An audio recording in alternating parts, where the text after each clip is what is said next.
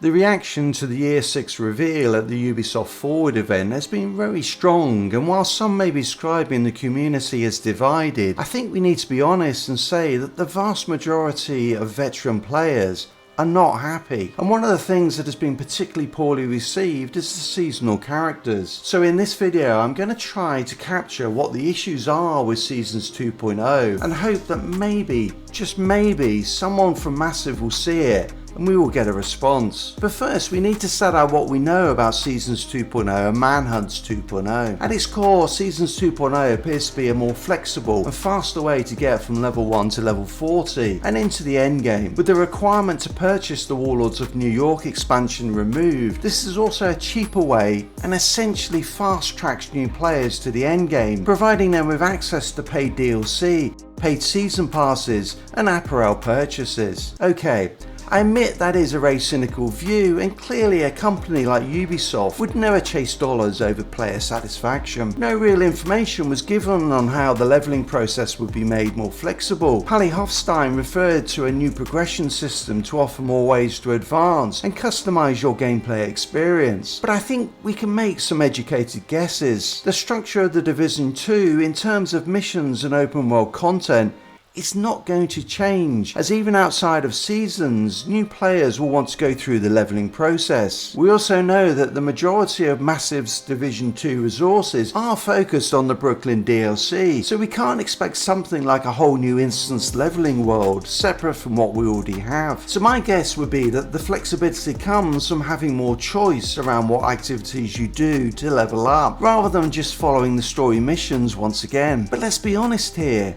There are no new activities in this. We will just be able to tackle what we want, when we want. There will be some structure on the process though. As stated on the website, there will be clear guidance with a series of objectives and projects to accompany players through their progression journey. So kind of what we already have, but better, maybe. The other feature of the leveling process will be that it is quicker than normal. The website refers to a fully revamped and accelerated progression designed to swiftly guide players to the cash shop. Lawrence Stone referred to a streamlined progression which did not require extensive playtime to reach level 40. Now leveling from 1 to 40 is not that long a process even now, so we might be talking about under 10 hours of gameplay, which is not dissimilar from the manhunts we currently have. Alongside this will be the weekly activities, which Lawrence said would improve progression and rebalance XP gains. This to me sounds like each week there will be activities which provide higher XP, letting players with less time catch up and progress to level 40 as quickly as everyone else. But what are these activities, these weekly scouts? Well, I think the clearest indication of this came from Radu Nadei, who stated that each scout will be a project consisting of a few engagement activities for you to complete. Scouts will be available to seasonal characters only and built to complement your overall progression in the season. Now I know that you spotted that the activities will only be available to seasonal characters.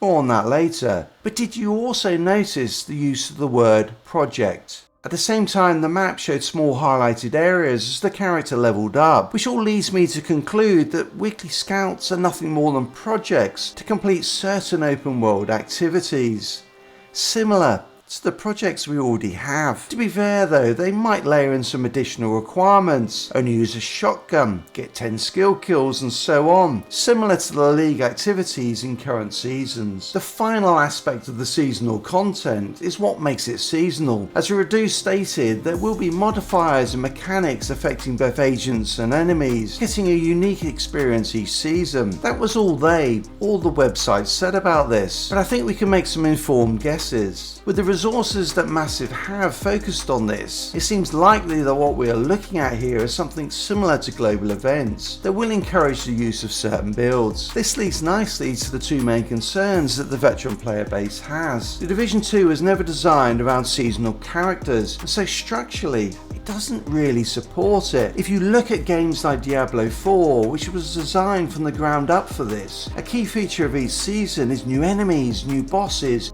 new dungeons, new environments, new abilities, new gear, and new missions. In order to deliver this, Blizzard has two full development teams working on the seasons. The Division 2 just isn't built to deliver this sort of complete experience, nor have massive structured themselves to deliver it. So I think we need to set our expectations accordingly. At best, I think we can expect a rehash of content that we've already played many times over, with global event type modifiers applied and weekly projects for small rewards. And that is the first concern. This is not new content. It's the same stuff we've been doing for years now.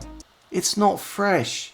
It's not new, and it definitely isn't what we were hoping for. I also question how happy we should be that the Division 2 is following the lead set by Blizzard Entertainment, the kings of monetization. The other concern is that the game that we've been playing for 5 years never had seasonal characters, and so we have put thousands of hours, our sweat, blood and tears into a main character, which is the character we most want to use each season. We have created builds that we most enjoy playing, so no one should be surprised that the veteran community is upset when they are being told that they can't experience the seasons on their main characters anymore, or play the builds that they actually enjoy playing. And I think that is very fair. Let's be honest, the changes announced at Ubisoft Forward were aimed at driving new player growth, and everything that has been announced had that in mind. Increasing the player count is definitely good for the overall health of the game, but at the same time we should acknowledge the Ubisoft Massive have chosen to focus on new players here, to the detriment of the existing player base who have supported the game over the last 5 years. I think all of us would scrap seasons in exchange for more replayable content like Survival, Underground and Resistance from the Division 1, but the big difference with these is that they don't drive additional revenue in the way that Season Passes and apparel does. And maybe that is what we should really be worried about here, because the Division has always been a franchise that treated its players well, providing years of content at a relatively low cost, and it would be tragic for all of us if this is the start of the end. I've tried to pull together all of the views that you've shared with me over the last 24 hours. Please do leave a comment below if you would like to add more.